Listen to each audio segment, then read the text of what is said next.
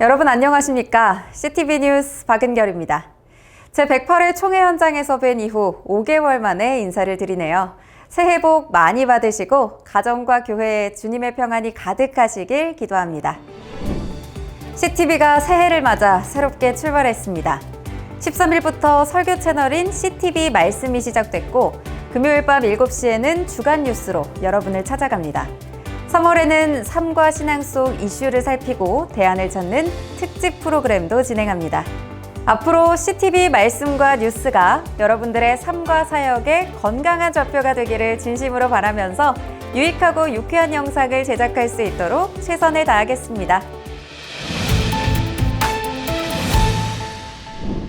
2월 둘째 주 CTV 뉴스를 전해드리겠습니다.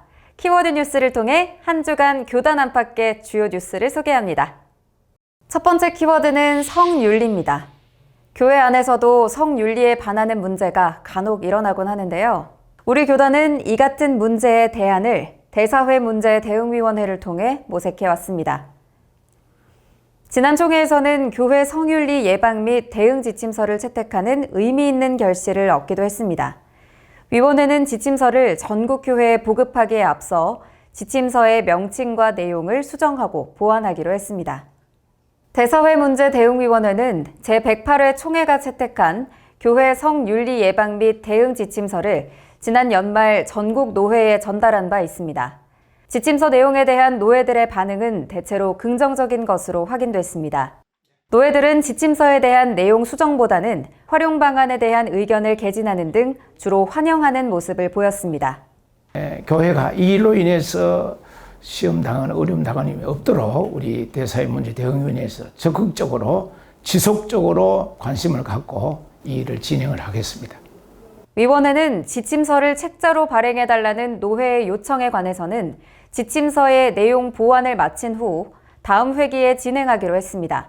이어 지침서의 자구 수정안 마련에 대해서는 성폭력 가해자 조치에 대한 중복 항목을 삭제하고 장로와 안수집사 등 항존직 후보의 자격 조건에도 성폭력 예방 차원의 내용을 보완하기로 했습니다. 각 노회에서 실시하는 성폭력 예방 교육은 의무 시행보다는 권장하는 방안으로 완화하기로 했습니다. 아울러 위원회는 성윤리를 예방한다는 업법상의 문제가 있었던 지침서의 명칭을 교회 성윤리 매뉴얼로 고쳐서 표기하기로 했습니다. 두 번째 키워드는 통일입니다. 남북관계가 어느 때보다 어려운 상황입니다. 전문가들은 한국교회만큼은 통일의 희망이 되어야 한다는 목소리를 내고 있는데요. 예장합동총회의 통일정책을 주도할 통일목회개발원이 통일민과 함께 그 첫 발을 내디뎠습니다. 제108회 총회는 통일준비위원회를 상설위원회에서 기구로 승격할 만큼 통일에 대해 큰 관심을 보였습니다. 이틀간 열린 연합수련회는 교단의 통일 정책을 입안해야 하는 통일목회개발원이 선보인 첫 공식 행사입니다. 교단 소속 통일 전문가들은 물론 통일 및 목회자도 함께해 통일목회개발원의 역할과 비전을 나누고 전략을 강구하는 시간을 가졌습니다. 기초작업을 만들고 통일민들과 함께 힘을 모으고 또 한국교회를 깨워서 이 일을 이루어가야 할 것입니다. 그래야 주님이 오시는 그날, 마지막 세계선교의 정점을 이루는 날을 하나님께서 이 통목원을 통하여서도 그 길을 가게 하실 것이라는 기대를 가지고 나아가고 있습니다. 연합수련회에서 누구보다 눈에 띄는 대상은 북한 사정에 정통한 탈북민, 즉 통일민 출신의 신학생들과 목회자들입니다. 현재 우리 교단에서 활동하는 통일민 출신의 사역자는 100여 명 정도인 것으로 알려졌습니다.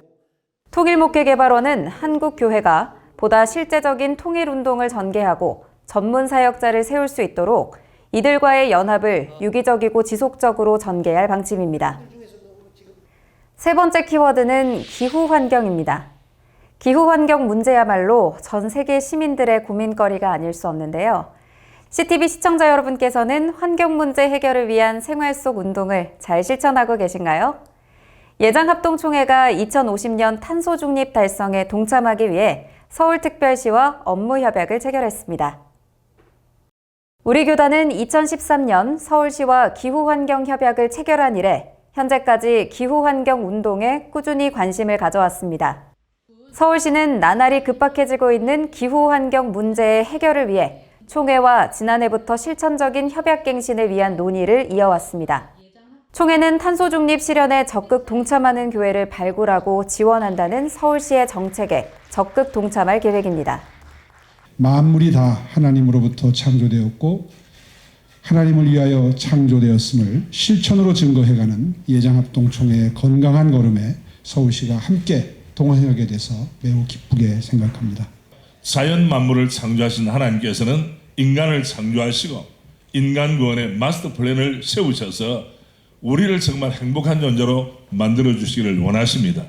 이 귀한 뜻에 부응하여 우리도 서울시에서 추진하는 기후환경 이 협약 탄소 중립화에 대해서 우리 교단적으로 마음을 담아 최선을 다할 것입니다.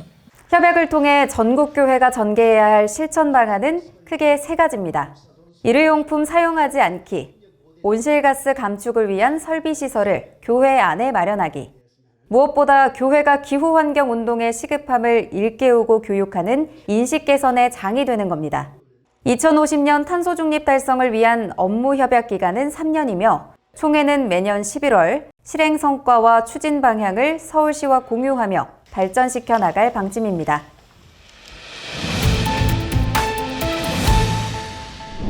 CTV 포커스 뉴스입니다.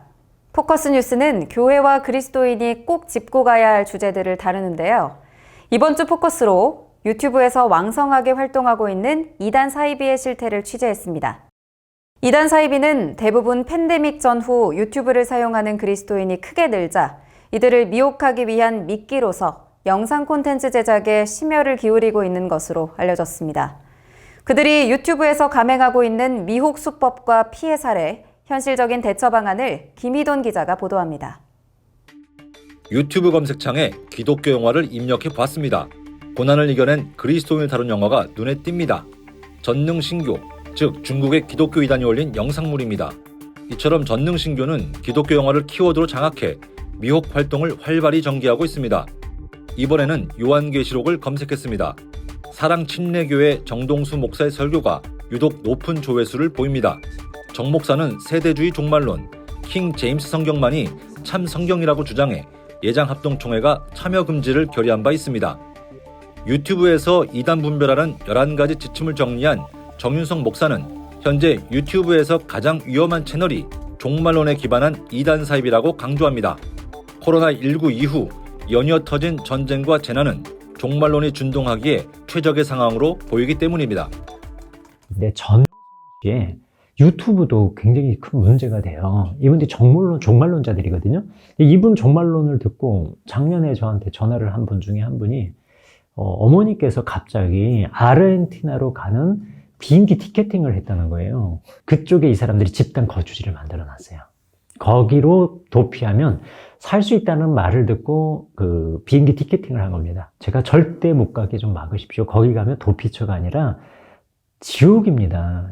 이처럼 황당한 종말론으로 극단적 행동을 추동한 피해 사례가 발생하고 있습니다. 신도들을 미혹해 피지로 이주시킨 신옥주 집단의 피해 역시 그릇된 종말론과 교회론, 그리고 유튜브를 통해 빚어졌습니다. 그 사이비 이단 종교에 비해서 신옥주 집단 같은 경우에는 유튜브를 활용하기 위한 인프라가 좀 구축되어 있다 그러나 신옥주의 그 이복 동생이 그 MBC 방송국에 PD까지 했어요.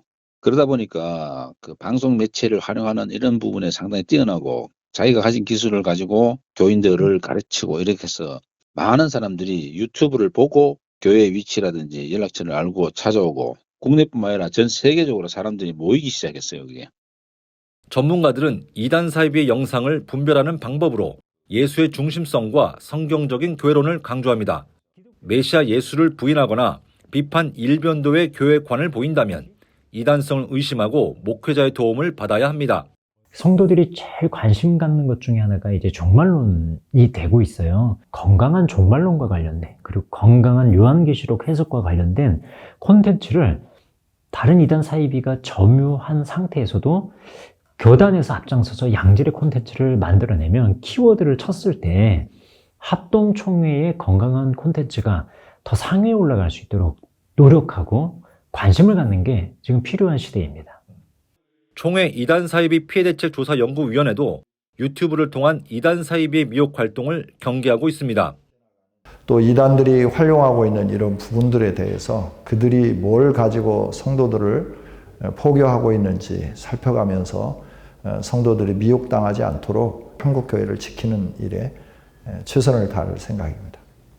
우리 교단은 매년 이단 경계주의를 지키고 있습니다. 연례 행사라는 시각에서 벗어나 성경적인 교회론과 종말론을 짚어주는 계기로 삼아야 한다는 지적입니다. 특히 상당수의 성도들이 유튜브를 시청하는 만큼 교회에서 이단 사이비의 영상을 분별하는 교육과 지도가 시급합니다. CTV 뉴스 김희돈입니다. 지난해 2차례 발생한 홍수로 많은 분들이 고통을 받았습니다. 한국교회도 예외가 아니었는데요. 특히 전북 정읍에 소재한 화호중앙교회는 예배당이 파손되고 누전으로 사택이 전소되는 등 큰 피해를 입었습니다. 하지만 전국교회와 총회 구제부의 도움 덕분에 담임 목사 가정이 설 명절을 새로 지은 사택에서 보낼 수 있었다고 합니다.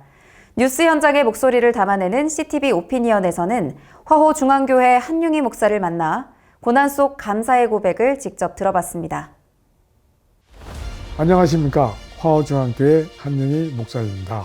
화호중앙교회 부임해서 지역 주민을 섬기면서 열심히 전도 활동을 하던 가운데 9월 3일 전기 누전으로 인한 화재가 발생하여 우리가 지금까지 해야하던 사역들이 뭐가 잘못됐는가 좌절하고 절망하고 낙담할 수밖에 없었지만 또 총회 구제부에까지 저희 교회를 직접 방문 실사하셔서 특별 기금을 조성하여서 후원으로 인하여 사택이 아름답게 준공되기에 이르렀고 총회 구제부의 활동과 총회의 지원으로서 많은 교회들이 우리처럼 어려움을 극복하고 새롭게 시작할 수 있는 그런 밑거름들이 속히 준비되었으면 좋겠습니다. 감사합니다. 나흘간의 명절 연휴를 마치고 복귀한 한 주, 잘 마치시느라 모두 수고하셨습니다. 설 연휴까지 끝났으니 이제야말로 본격적인 한 해의 시작이라 할 수 있겠는데요. 1월 1일 새해를 맞으며 품었던 멋진 생각과 좋은 마음들 기억하고 계시죠? 어느새 시들해졌다면 마음을 굳게 다잡아 보시면 어떨까요? 다시 시작할 수 있다는 것만큼 설레는 일은 없을 겁니다. 이상으로 CTV 뉴스를 마칩니다. 다음 주엔 더욱 알찬 소식으로 시청자 여러분을 찾아오겠습니다. 감사합니다.